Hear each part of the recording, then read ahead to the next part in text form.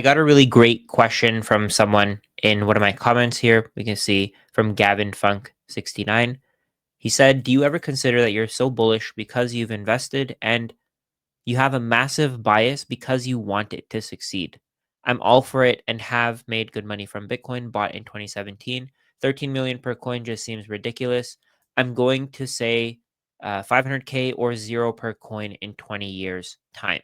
This is a comment from a video where I tried to make the case that we're currently going through the biggest wealth transfer in all of history. I was explaining that value is going to be taken from legacy assets and it's going to be moved into Bitcoin because all of those legacy assets can be printed and Bitcoin is the only asset that's truly scarce. I think that Bitcoin is going to replace everything else as money. Everything that's being used as savings, everything that's being used as an investment, Bitcoin is going to replace all of that. So at some point, you're not going to have a 401k, Roth IRA, a TFSA, RRSP, all these random investment accounts. You're not going to be buying index funds. You're not going to be investing in real estate. You're not going to be investing in stocks. You're going to produce something of value and you're going to get paid in Bitcoin. And then when you have to buy things, you're going to pay whoever you're buying those things from, you're going to pay them with Bitcoin. Over time, the Bitcoin that you have will increase in purchasing power. It'll continue to increase and increase in purchasing power. You won't have to worry about inflation. Your cost of living is going to decrease over time because Bitcoin is the only asset that's truly scarce and nobody can control it because it's decentralized. Nothing like this has ever existed on the internet before. Anything that we used on the internet was easily copied and multiplied. The only thing that really exists like this in the real world is probably gold, and that's why gold is used as a store of value by so many people. We can see here that as a result of gold being used as a savings account, it's the most valuable asset in the world. It has a market cap of $22.448 trillion. So back to this comment here, he mentioned $13 million. To me, $13 million is bearish. I think Bitcoin is going to go up forever. If you start buying Bitcoin at $13 million, you're still going to be early because at some point it's going to go to $100 million. Then it's going to go to $500 million. It's going to keep increasing because it's the only asset that exists that can do what it does. One of the reasons why gold is so valuable is because there are nation states and there are central banks that are buying it as a reserve asset. So they're buying as much of it as they can because gold is seen to be the least risky asset in the world. With something like Nvidia, Microsoft, Apple, Amazon, all these companies that you see here, all these index funds that you see, real estate, you always have risks involved. So a house could break down and your insurance may not pay you back. This company may go bankrupt. The CEO might do something crazy, make a crazy decision that just completely destroys the company. So all of these other assets have a lot of risk tied to them. In the short term, holding gold is a lot less risky than holding stocks, holding index funds, holding real estate, because we know for a fact that gold can't be destroyed. We know that there's always a market for gold. There's always people who want it in the short term, at least. So, what central banks do is they buy as much of it as they can and they just sit on it. This is their power. They have gold because they know that if everything else falls apart, that gold will still be valuable. Even if we don't have electricity, if we don't have the internet, gold will still be valuable no matter what happens. So, if you're betting on some kind of apocalyptic scenario, then maybe you should own a lot of gold. I think that would be pretty smart because if you think that the world is going to get into some kind of zombie phase, maybe gold would be valuable in that case. But even then, I mean, I don't know who you'd pay with your gold. If you think positively about the future, maybe you want to buy stocks. If you don't think that in the short term or in the long term, things are going to go bad, you would traditionally buy stocks because you know that those companies that you're buying are going to be able to generate more and more profits over time. Since 2009, because of how Bitcoin works, we have basically digital gold. So you have an asset that nobody controls, just like gold.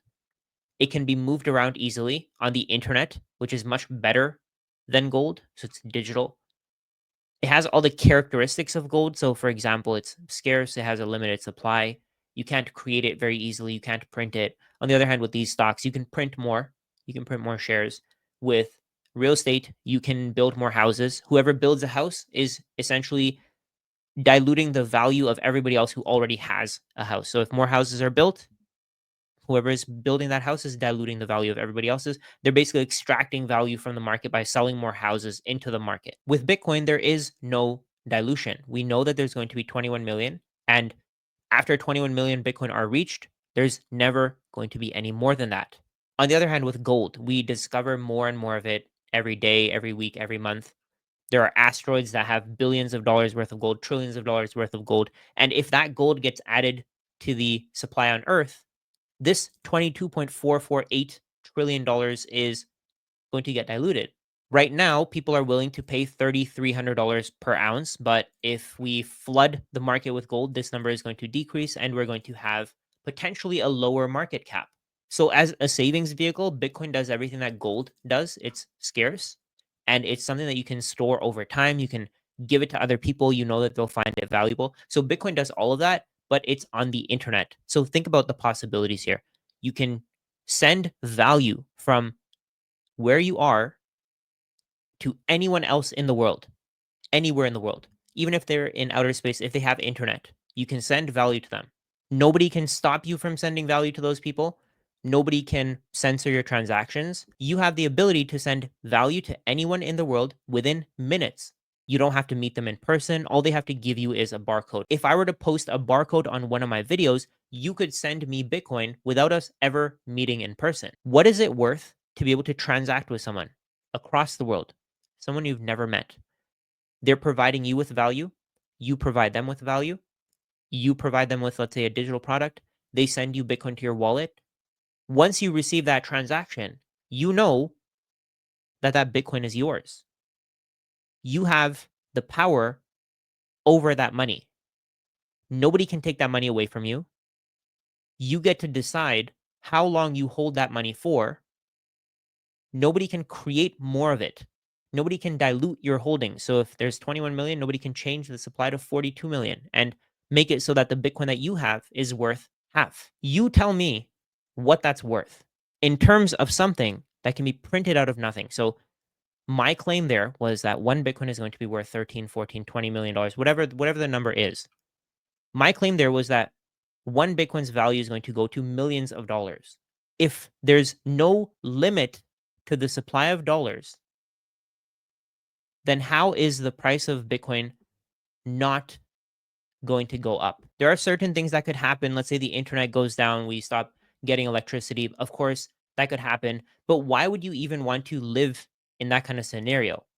You're probably going to be worried a lot more about food, shelter, water, not getting killed than you are about the money that you have. So, in the best case scenario for you, if you're holding gold, you probably won't even be able to spend it because who are you going to spend it with? If society collapses, then any gold that you have saved is probably going to make you a target. On the other hand, if society doesn't collapse and things go really well and we succeed and we make it so that everybody has everything that they need, everybody is prosperous. Nobody has problems like not being able to afford shelter. Nobody has problems like not being able to afford food. That's the scenario that makes Bitcoin the most successful. So if more people are happy, then the value of Bitcoin goes up.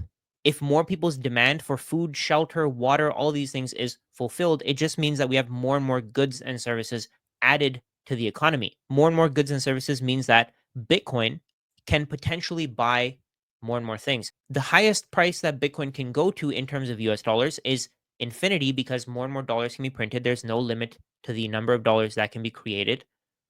But in terms of real goods, the highest price that Bitcoin can go to, the highest total value that Bitcoin can have, is the value of everything that can be traded for Bitcoin. So, for example, maybe whoever owns the Mona Lisa will never trade the Mona Lisa for Bitcoin. So, the value of that won't be included. But if somebody can produce apples and they can sell them for Bitcoin, as more businesses produce apples and sell them for Bitcoin, that means that the amount of things that you can buy with Bitcoin has increased, meaning that the price of those things is going to decrease in terms of Bitcoin. So, no, I don't think I'm too bullish on Bitcoin. If anything, I'm too bearish because I can't conceptualize a world where Bitcoin is the base layer of money. It just doesn't make any sense to me because I've never lived through it. There are so many things that are going to change because of Bitcoin. For example, we're no longer going to be eating the same kind of low quality food that we have today. More energy is going to go towards creating real, healthy food. We're no longer going to be buying real estate as a store of value, meaning that houses are going to be abundant. There are 2.4 billion houses on Earth already. And if this isn't enough, entrepreneurs who want Bitcoin are going to find ways to build more houses. Another change that we're going to see is that people are no longer going to live to work.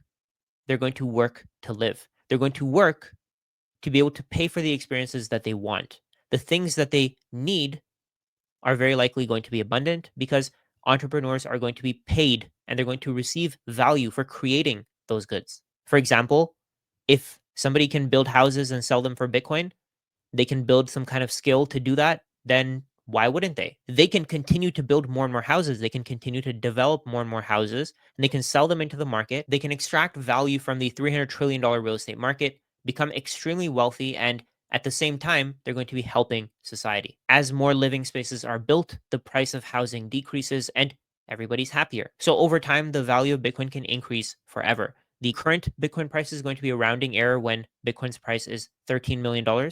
Then at some point, $13 million is going to be a rounding error. Then at some point, whatever that number is in the future is going to be a rounding error because Bitcoin's price will increase in terms of US dollars forever. If you want to learn more about Bitcoin, I highly recommend that you join the Bitcoin Explained community. If you go to the classroom and you go to the Bitcoin Fundamentals mini course, you get this course is 2 hours.